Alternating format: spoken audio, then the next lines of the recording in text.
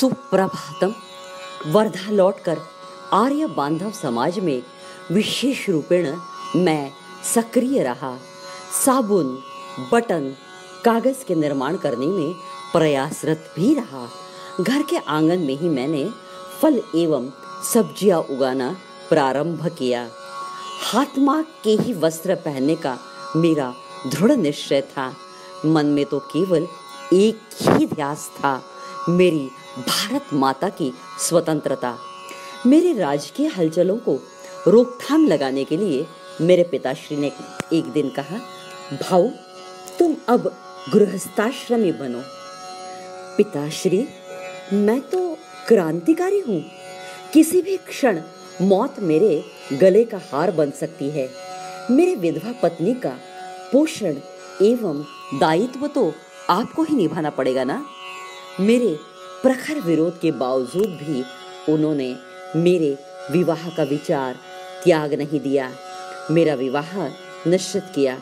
अंत में विवाह के पूर्व रात्रि में जब सारा घर निद्राधीन था, तब मैं घर से चुपचाप अकेला निकल पड़ा। पैदल पैदल यवतमाल पहुंचा। यहाँ पर रात्रि के समय चौक में एक विशाल जनसमुदाय के सामने जोशीला राजद्रोही भाषण किया। भाषण पूर्ण होने के पूर्व ही मुझे पुलिसों ने पुलिस चौकी पर पेश किया। सौभाग्यवश पुलिस चौकी में मेरा एक रिश्तेदार था। उसने अधिकारी गण से कहा, अजी इसको छोड़ दीजिए, ये तो भाऊ है, मेरा रिश्तेदार। यह पूर्णतः निर्दोष है। भाषण देने वाला कोई और मुसलमान होगा। यवतमाल से पैदल पैदल हैदराबाद जाते समय हर छोटे ग्राम में जिस मंदिर में आसरा लेता, वहाँ के ग्रामवासियों को अंग्रेजी हुकूमत के बारे में सजग करता। हैदराबाद के निवास में पुणे के गुप्त क्रांतिकारी संस्था के कुछ लोगों से मेरा संपर्क हुआ, किंतु सैनिक प्रशिक्षण लेने की इच्छा पूर्ण ना हो पाई। यहाँ के वास्तव्य में समाचार पत्र में प्रकाशित मेरे पिताश्री का मैंने पत्र पढ़ा, भाऊ तुम घर चले आओ, तुम्हारे विवाह के विषय में हम मौन रखेंगे। आगे चलकर प्लेग का प्रकोप कम हुआ और मैंने पुनश्च नागपुर में नील सिटी स्कूल में जाना प्रारंभ किया। एक दिन स्कूल में इंस्पेक्टर आए तो हम सभी ने ऊंचे स्वर में वंदे मातरम कह के उनका स्वागत किया। जिस कक्षा में इंस्पेक्टर जाते, वहां उनका स्वागत वंदे मातरम से होता। अधिकारी तो बौखला ही गया। मेरी और केशव हेडगेवार की प्रमुख भूमिका है, यह जानकर हमें स्कूल से निष्कासित कर दिया। सुप्रसिद्ध विधिज्ञ नारायण आलतेकर जी के कारण मुझे पाठशाला में पुनश्च प्रवेश मिला।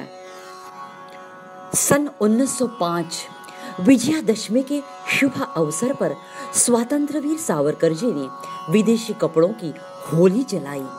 नागपुर में भी मैंने उसकी सुसंगठित पुनरावृत्ति की। मुझ में स्थित तंट्याजी भिल्ल पुनश्च एक बार जागृत हुआ। छिंदवाड़ा के घने जंगलों में घूमकर आदिवासियों से संपर्क कर क्रांति के बीज का वपन किया। रामटेक, काटोल, केड़वद इत्यादि ग्रामों में जाकर क्रांति केंद्रों का प्रारंभ किया। युगांतर, वंदे मातरम इन समाचार पत्रों ने बंगाल में प्रत्यक्ष रूप से अंग्रेजों के विरोध में सशस्त्र क्रांति को पुरस्कृत किया गया था।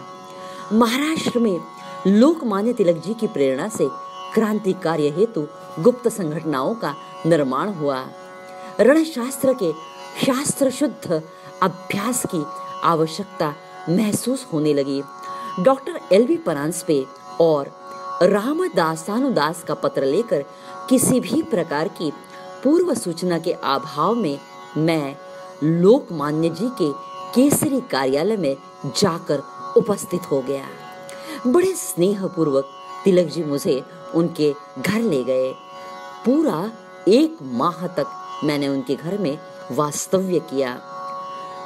भारत माता के स्वतंत्रता के लिए लश्कर प्रशिक्षण, क्रांति संघ की स्थापना, ये तिलक जी के शब्द मेरे हृदय पर अंकित हो गए।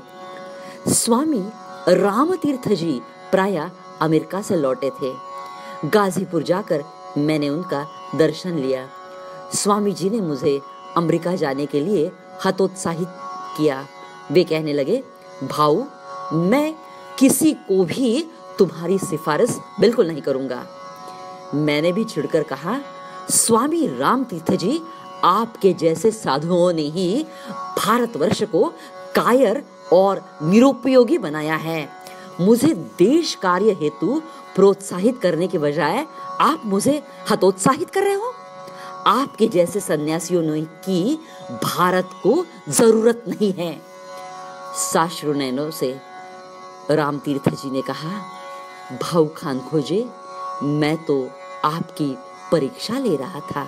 आप परीक्षा में उत्तीर्ण हो गए। मुझे दिए सिफारिश पत्र में उन्होंने लिखा, टू हेल्प खान खोजे इज टू हेल्प स्वामी राम। मुझे तो परमानंद हुआ। व्यायाम का अभ्यास कर अपने शरीर को बलिष्ठ करने में मैं प्रयासरत रहा। तदुपरांत विदेश में उपवास के संकट का सामना करने हेतु सप्ताह में 4 दिन केवल नीम की पत्तियों पर ही जीवित रहने का अभ्यास मैंने शुरू किया। रणशास्त्र प्रशिक्षण हेतु विदेश जाने का मैंने निश्चय किया। वर्धा के घर से निकलते समय मेरी माताश्री, जिन्हें मैं माई साहब कहता था, कहने लगी, भाऊ, तुम तो खूब दूर जा रहे हो। ये पीसे दाल के लड्डू है। जब कड़ी भूख लगेगी तब इसे चबा चबा कर खाना। बंबई पहुंचने पर एक दिन जब पेट में कुछ नहीं था, भूख की आग जल रही थी, तब मैंने माई ने दिए लड्डू का खाना प्रारंभ किया। लड्डू खाते खाते कच से आवाज हुआ। निकाल के कॉल देखा तो माई के स्वर्ण कंगन के टुकड़े उस लड्डू में मिले थे। मेरे दोनों नेत्रों से अश्रु बरसने लगे। अनेक अग्नि दिव्य करने के पश्चात भी अनाम अज्ञात रहने वाले क्रांतिवीर भाऊ खान खोजे को कोटि कोटि प्रणाम।